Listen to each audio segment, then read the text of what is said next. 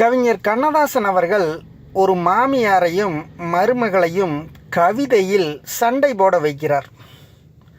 முதலில் மாமியார் தன்னுடைய குற்றச்சாட்டை முன்வைக்கிறாள்.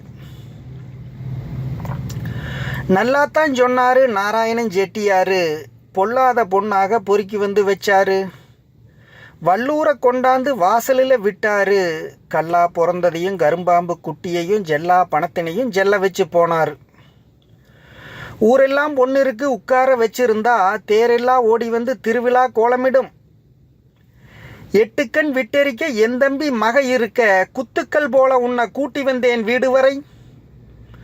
6000 வரைக்கும் அள்ளி வைக்கும் சீதனமும் 6 வண்டி சாமானும் அடுக்கி வைக்க பாத்திரமும் சொக்க வெள்ளி பால் குடமும் ஜோதி மின்னும் ரத்தினமும் பச்சரிசி மூட்டையோடு பருப்பு வகை அத்தனையும் கண்டாங்கி பட்டு வகை காசியிலே நெய்தப்பட்டு மெத்தையுமே 10 வகை விரித்து வைக்க கம்பளமும் தேக்கு மரம் கடைஞ்சு செஞ்சு வச்ச பீரோவும் தந்திருப்பா என் தம்பி தன் மகளை தந்திருந்தா.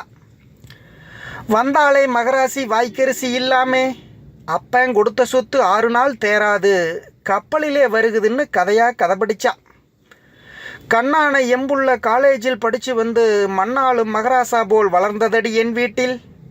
பொன்னா இவசனியன் புத்தி கெட்டு போனேனே, தம்பி மக சமைச்சா சபையெல்லாம் வாசம் வரும், அள்ளி இலையிலிட்டா அடுக்கடுக்கா வெள்ளி வரும், உன்ன ஒரு கையெடுத்தா உள்நாக்கில் நீர்வடியும், கத்தரிக்காய் கூட்டு வச்சா கடவுளுக்கே பசி எடுக்கும், வெள்ளரிக்காய் தக்காளி வெண்டைக்காய் பச்சடிக்கும் கிண்டி விட்ட கீரைக்கும் கீழிறங்கும் தெய்வமெல்லாம், அப்படிக்கு சமப்பாளே அள்ளி அள்ளி வெப்பாளே, அடுப்படிக்கு நான் போக அவசியமே இல்லாமே உட்கார்ந்த பாய் வரைக்கும் ஓடி வந்து வெப்பாளே, இவளும் ஜமச்சாலே எல்லா என் தலையெழுத்து, முருங்கையில் கீரை முளையா முளைச்சதடி, விடிஞ்சா எந்திரிச்சா வேறுகா இல்லையடி, குப்பையில் கீரை கொத்தா முளைச்சதடி, அப்பா இவகையால் தான் பறிச்சு சப்பாத்தி கல்லிய போல் தையல் இலை போட்டு வச்சாலே சாமி இந்த வளசார தந்தாளே, வந்த நாள் முதலா சொந்தம் பிரிச்சு வச்சா, தலகாணி மந்திரத்தால் தாயை மறக்க வச்சா, குலகாரி வந்து எங்க குடும்பம் பிரிச்சு வச்சா, எந்த நாள் பாவமோ இப்ப வந்து சுத்துதடி, பலகாரம் தின்பதற்கும் பசியே எடுக்கலடி, ஊசல் பணியாரம் உளுந்து வடை ஊசலடி, பாருடான்னு சொன்னா பார்க்காம போராண்டி, கேளுடான்னு சொன்னா கேட்க மனம் இல்லையடி, எப்படியோ நானும் இதுவரையில் வாழ்ந்து விட்டேன், கொப்பாக எங்களையா கொடுத்ததனா வச்சிருந்தா இப்பாவி கையாளா இலிசோறு திங்கோனும், ஆத்தா கொடுத்தாலே 6 தலைமுறைக்கும், ஐயா கொடுத்தாரே 500 பவுன் வரைக்கும், பூமி கொடுத்தாரே போட்டாக்க பொன் விளைய, சாமி கொடுத்தது போல் தாய் தகப்பன் கொடுத்ததெல்லாம் பாவி மகன் வாழ பகிர்ந்து கொடுத்தேனே, ஊட்டி வளர்த்த பிள்ளை ஒரு வார்த்தை கேட்டானா, நீட்டி படுக்கும் வரை நிம்மதியாய் வாழ்ந்தேனா, எல்லாம் முடிஞ்சதடி யமன் வந்தால் போதுமடி, பல்லாக்கில் தூக்கி வச்சு பரிவாரம் கூட வந்து பச்சை மரமடிக்கி பட்ட விறகடிக்கி வச்ச பின்னே மீண்டும் நான் வாழ வர போறேனா, கொல்லி வச்சு தலைமாட்டில் குடமுடைக்க வந்த புள்ள பள்ளி வர என பாதுகாத்து வச்சானா, தேவி விசாலாச்சி தென்மதுரை மீனாட்சி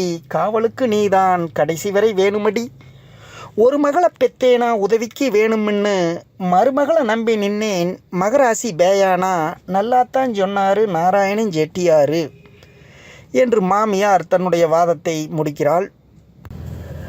மாமியாரின் குற்றச்சாட்டுக்கு மருமகள் சொல்லும் பதிலடி. அவ கிடக்கா சூர்பனக, அவ முகத்தை யாரு பார்த்தா, அவங்க முகம் பார்த்து அடியெடுத்து வச்சேன் நான், 10 வராகன் பணம் கொடுத்தார் எங்களையா, எத்தனை பேர் சீதனமா இவ்வளவு கண்டவுங்க, ராமாயணத்துலேயும் ராமனுக்கு சீதை வந்தா சீதனமா இவ்வளவு சேர்த்து வச்சா கொண்டு வந்தா, கப்பலிலே ஏற்றி வச்சா கப்பல் மூழ்கிவிடும், அவ்வளவு ஜாமான் அரிசி பருப்பு வரை, மாவு திரிச்சு வச்சு மலைமலையா அடுக்கி வச்சு ஊறுகா ஒன்று விடாமல் அத்தனையும் வச்சு, நாக்காளி முக்காளி 4 வண்டி ஏற்றி வச்சு பாயும் தலையணையும் பலவகையாக கட்டி வச்சு, ஆளு வீடடங்காத அழகான பீரோவும் கண்ணாடி சாமானும் கனத்த வெள்ளி பாத்திரமும் அம்மி குளவி ஆட்டுக்கள் அத்தனையும் வாங்கி கொடுத்து என்னை கட்டி கொடுத்தாங்க. வைரத்தால் கண்டசரம் வளைகாப்பு மோதிரங்கள் பெருதாளி சிறுதாளி சுட்டியெல்லாம் செஞ்சாங்க. தூக்க முடியாமல் தூக்கு கழுத்தூறு 300 பவுனுக்கு முள்ளங்கி 10 போல எங்கள் ஐயாத்தான் எனக்கு கொடுத்தாங்க. ஒருவேளை சோத்துக்கும் வழியில்லை இவ்வீட்டில், மாமியார்னு சொல்லி மாரடிச்சு என்ன பண்ண, சம்பந்தம் பண்ண வந்தா சண்டாளி சூர்பனக, வேற வைக்க நாதி இல்லை, வீடு இல்லை, வாசல் இல்லை, சோறு வைக்க பானை இல்லை, சொத்தும் இல்லை, பத்தும் இல்லை, புள்ளதாம் பெத்து வச்சா பொண்ணோடு சோறு வர. தலையாணி மந்திரமாம் சங்கதியை கேளுங்கடி, பொண்டாட்டி சொல்கேட்க புத்தி இல்லா ஆம்பளையா, வீட்டு மருமகளா விளக்கேத்த வந்தவளை சக்களத்தி போல் நினச்சி சதுராடுகின்றாளே. எங்களுக்கும் அண்ணன் தம்பி 7 பேர் இருக்காங்க, அவங்களுக்கும் பொண்டாட்டி அணி அணியாக வந்தாங்க. எங்காத்தா ஒரு வார்த்தை எடுத்தெறிஞ்சு பேசவில்லை, என்ன போல் பொண்ணாக எண்ணி நடந்தாங்க. மாமியார் காரின்னா மனசிறக்கங்கூடாதா? சாமியார ஆக தன் மகனை விட்டிருந்தா நாமைய இங்கே வந்து நாத்தச்சோறுங்கோணும். அவங்களுக்கும் செய்தி சொல்லி அழுப்பா அழுத்து விட்டேன், செவிடா இருக்காங்க, செய்தி சொல்ல எண்ணமில்லை. பட்டதெல்லாம் போதும் பகவானே, இங்கே வந்து சட்டியில் போட்டு தாளித்து கொட்டி விட்டா வட்டியில் போட்டு ஒரு வாய்ச்சோறு வைக்கையிலே கொட்டுகிறா கொட்டு தேல் கூட கொட்டாது. அவளுக்கு கழுவேனா, அன்னாடம் புள்ள கொண்ட சீக்கு கழுவேனா, தினமும் கவலையடி. கோட்டையூர் அம்மன் தான் கூலி கொடுக்கணும், பொன்னரசி மலையரசி புத்தி புகட்டணும். என்ன சுகங்கண்டேன் இங்கே வந்த நாள் முதலா? கடவுளுக்கு கண் இருந்தா காட்டுவாங்க கண்ணெதிரே. வத்த குழம்பும் வறுத்து வச்ச மிளகாயும் பத்தியம்போல் சாப்பிடத்தான் பாவீவ வீடு வந்தேன். தம்பி மகளை எண்ணி தாளமில்ல கொட்டுறா, நம்பி அவளு வந்திருந்தா நாயாக போயிருப்பா. கும்பி கருகி குடல் கருகி நின்று இருப்பா, வெம்பி வெதும்பி விளக்குமாறா ஆகியிருப்பா. தம்பி மகளாம் தம்பி மக தெரியாதா? நானா இருந்த மட்டும் நாளுலக்கு பால் ஊற்றி தேனா கொடுத்தவளை திமிர் பிடிக்க வச்சிருக்கேன். போனா போகட்டும்னு பொருந்து கிடந்தாக்க தானானா கொட்டுறா, தடம் புரண்டு ஆடுறா.